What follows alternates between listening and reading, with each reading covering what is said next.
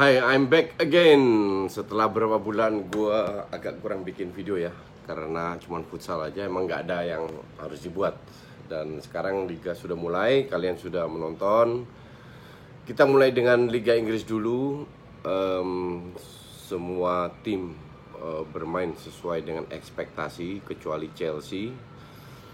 Terus Serie A dan La Liga nanti. Jadi kita bahas match pertama dulu, Liverpool bermain seperti ekspektasi, tidak ada perubahan walaupun mereka tidak membeli pemain, akan tapi tim ini sangat solid.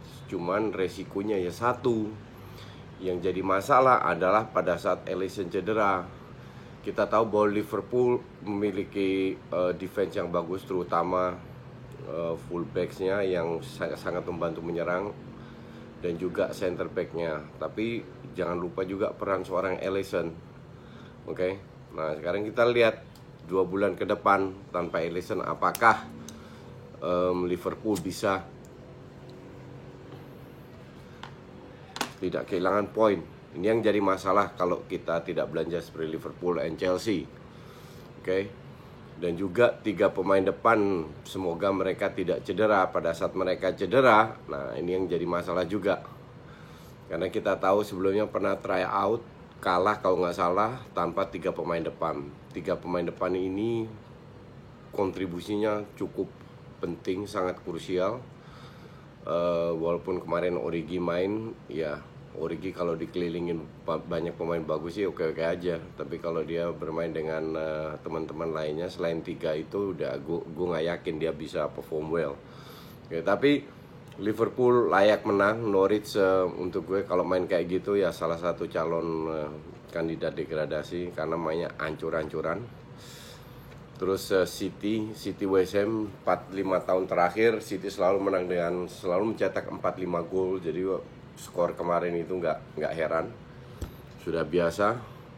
Pellegrini masih bingung apa yang harus dilakukan. Mereka beli Sebastian Haller, striker yang cukup bagus, walaupun Arnautovic dijual. Tapi secara utuh tim ini lumayan bagus. Dan memang ini tim ini lama panasnya.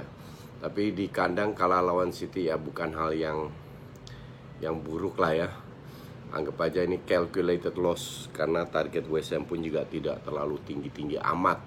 Oke.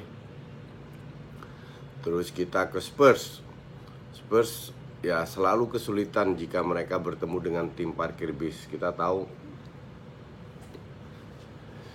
gaya Spurs nggak pernah berubah, selalu main ball possession. Dan kemarin Dombele yang biasanya bermain agak di tengah, DM, kemarin lebih ke depan, wings jadi DM. Dan dia kemarin bukan distributor bola ya, lebih membantu serangan dari second line, tapi nggak berhasil sampai Eriksen masuk. Eriksen satu-satunya distributor bola. Ini menjadi masalah juga dengan Spurs. Mereka sangat tergantung dengan Christian Eriksen. Pada saat Eriksen masuk langsung 3 gol terjadi. Nah, apakah Eriksen satu musim selalu, nggak usah cedera lah, selalu top form? Kan kita nggak tahu, nggak pernah tahu. Jadi untuk gue sih, walaupun mereka beli 2-3 pemain, tapi Spurs ini sangat rentan. Trippier, mereka kehilangan Trippier, tapi ya itu so-so lah, nggak terlalu pengaruh dengan strategi yang diterapkan oleh Pochettino. Kita lihat ke depannya bagaimana betapa tergantungnya Spurs sama Christian Eriksen. Nanti kita bisa lihat. Tapi dengan start awal menang di kandang sendiri ya oke lah. Ini kemenangan yang wajib untuk Spurs ya. Cuman kita juga tahu Spurs ujung-ujungnya juga ranking 3 atau 4. Terus kita ke Arsenal, yang bikin gue sangat puas ya, Iwobi sudah dijual. Karena gue bener-bener gedek banget sama Iwobi. Sebenarnya ada beberapa pemain kayak Kolasinac itu nggak layak main, Mustafi, bahkan Maitland-Niles. Kemarin dia memberikan assist, tapi seperti yang gue selalu bilang, Maitland-Niles ini buruknya di defense, bukan offense. Dia masih muda, stamina tinggi, kuat lari untuk berbola dan lain-lainnya. Cuman yang jadi masalah kan sekarang sepak bola kalau kita ingin masuk ke top 6 besar itu tidak bisa tergantung oleh hanya menyerang, juga bertahan. Mungkin Unai Emery sudah sedikit memprediksi ya. Ini gue buka dulu statsnya Arsenal. Dia bilang gue mending kalah 5-4 dan daripada mending menang 5-4 daripada mending cuma 1-0. Kayaknya dia menunjukkan bahwa memang dia memiliki defense yang paling lemah, kurang bagus. Ball possession di sini ada ball possession ada 61%. Dan di babak pertama bahkan 70%, jadi berkurang. Memang Newcastle di babak kedua lebih ngegas, tapi secara organisasi mereka bisa bilang buruk sekali. Yang melakukan high press hanya 2-3 pemain di depan ya. Di situ pemain Arsenal belakang 4-5 pemain gampang sekali keluar dari tekanan. Terus transisinya juga sangat buruk, kreativitas tidak ada, mereka asal syuting dari lini kedua. Mungkin itu strategi dari Steve Bruce ya, kita tahu. Di akurasi passingnya dari Arsenal di babak pertama 70%, babak kedua 80%, udah bagus. Kalau lu sebagai tim tidak memiliki banyak peluang atau ball possession, tetap lu akan mendapatkan counter attack. Dan counter attack itu seringkali kemarin kandas ya karena akurasi passingnya Newcastle sangat buruk. Itu harus diperbaiki dari Steve Bruce, terutama akurasi passing. Kalau nggak bisa jarak jauh ya harus bermain lebih dekat lagi antar pemain.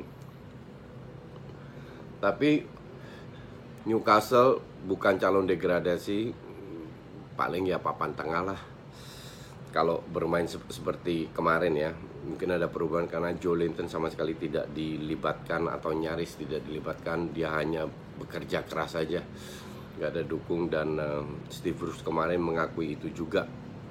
Di sisi lain Arsenal, kalau gue bilang perbedaannya adalah mereka sekarang bermain sangat cepat, jarak antar pemain lebih dekat, banyak sekali segitiga, banyak sekali ball pass dan sekali sentuh. Cuman pada saat mereka menuju ke area kotak sepertiga di daerah lawan, di situ mereka seringkali kehilangan kreativitas. Memang tetap butuh seorang Özil ya, karena kita tidak bisa mengharapkan banyak dari Joe Willock dan Reiss Nelson. Mkhitaryan lagi bekerja keras, tapi Mkhitaryan kemarin gue lihat akurasi passingnya di babak lawan itu cuma 60%. Itu parah banget. Sekarang buat apa kita punya visi, punya semua bagus kalau kita nggak bisa passing. Dan itu dilakukan oleh Mkhitaryan. Makanya gue berharap Özil cepat kembali dan PP cepat tune in. Auba di kiri, Laka tengah, PP kanan, di belakang Özil. Itu very promising untuk bisa mencetak banyak gol. Jadi untuk kemarin bersyukurlah bisa menang dan layak menang karena permainan Arsenal jauh lebih rapih, lebih jelas. Tapi untuk kepercayaan diri tim adalah penting di laga away ya, bisa menang. Terus ke MU Chelsea, kita tahu bahwa Chelsea hanya mendapatkan Pulisic, Kutsuma balik, mengandalkan banyak pemain muda, Tammy Abraham, Emerson. Kalau kita melihat skornya seolah-olah Chelsea dibantai, itu enggak setuju gue. Kemarin gue bercanda di Twitter bahwa kemungkinan besar Chelsea akan bersaing dengan Everton dan Wolves bersama Bournemouth. Tapi itu bercanda ya. Kita tahu bahwa tetap yang dilakukan oleh Chelsea di babak pertama itu bagus sekali. Cuman mungkin Frank Lampard lupa, dan kesalahan ini juga sering kali dilakukan oleh Arsenal, bahwa sepak bola itu tidak hanya menyerang, bahkan bertahan. Kalau kita mau menyerang pun belajar dari Pep. Positioning dari pemain itu harus kompak, harus benar. Gue rasa Lampard bisa belajar banyak dari Pep, karena kemarin 1 gol dari penalti, 3 gol dari counter attack. Oke. It doesn't matter karena ini baru match pertama, mereka hanya kehilangan 3 poin. Di situ mereka bisa belajar lagi bahwa pada saat kita menyerang, make sure positioning dari pemain itu benar. Jika di counter, minimal mereka sudah tercover. Oke, kita tahu bahwa kekuatan dari MU adalah counter attack. Dari tahun lalu mereka memiliki pemain depan yang skillful, yang speed tinggi. Jadi kalau mau main lawan MU harus itu yang harus diwaspadai. Tapi kita juga harus lihat pada saat ketemu lawan Wolves, contoh nanti tanggal 19 lawan Wolves, mereka yang bermain bertahan sanggup nggak MU bermain kreatif melawan tim yang hanya mengandalkan counter attack. Kemarin Chelsea menyerang terus, dalam arti mereka tidak parkir base, tidak mengandalkan counter attack. Di sini kita bisa lihat penguasaan bola 46%, MU 53%. Chelsea babak pertama 55% Chelsea. Oke. Shot on goalnya 18, termasuk yang di block. Chelsea, MU hanya 11. Jadi 4-0 itu berlebihan.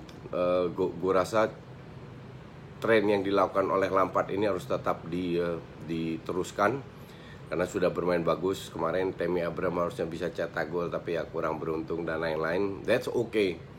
Yang penting Frank Lampard bisa belajar lagi dari kesalahan ini. Dan gue melihat Chelsea salah satu kontender, 4 kontender yang akan masuk ke sisa 2 tempat itu. 2 tempat dari 4 besar itu sudah pasti dihuni sama Liverpool sama City. Tinggal 4 tim ini harus bersaing. Bukan siapa yang terbaik, tapi siapa yang konsisten, tidak kehilangan poin lawan klub-klub kecil. Itu yang selalu menjadi masalah dengan klub. Lihat MU musim lalu, lihat Spurs musim lalu. MU kan tidak banyak berubah, hanya ditambah 2 pemain, tapi so far pemain ini perform bagus 1 match ya. Jadi jangan fans kardusnya jangan terlalu jumawa, jangan terlalu lebay, karena there is still many match buat to come. Oke, sementara ini dulu review gue dari match putaran pertama. Nanti kita bahas lagi apa yang bagus. Kalau ada topik-topik yang bagus, silahkan bilang di Instagram gue. Di situ kalau gue merasa worth it, gue akan coba bahas. Oke, thanks for watching.